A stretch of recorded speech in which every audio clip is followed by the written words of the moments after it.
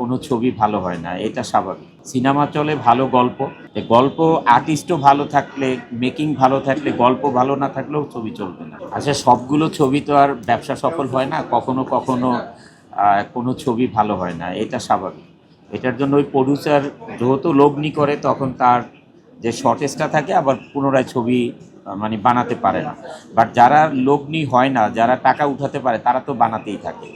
যে এখন যদি আমরা এখানে কাউকে কোনো দায়ী করব না, সিনেমা চলে ভালো গল্প, ভালো মেকিং, ভালো আর্টিস্ট, এই তিনটাই যদি ভালো থাকে ছবি ভালো চলবেই।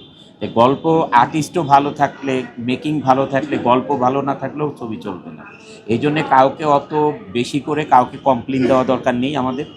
আমরা ইনশাল্লাহ, এটা আপনি সালমান খানের ছবিও দেখবেন, কোনো ছবি একই সালমান খান অনেকগুলো সুপারহিট, আবার অনেকগুলো মানে ফ্লপ, এটা সবার ক্ষেত্রেই হয়। এটার জন্য আমরা কাউকে দায়ী করে কথা বলা ঠিক হবে না।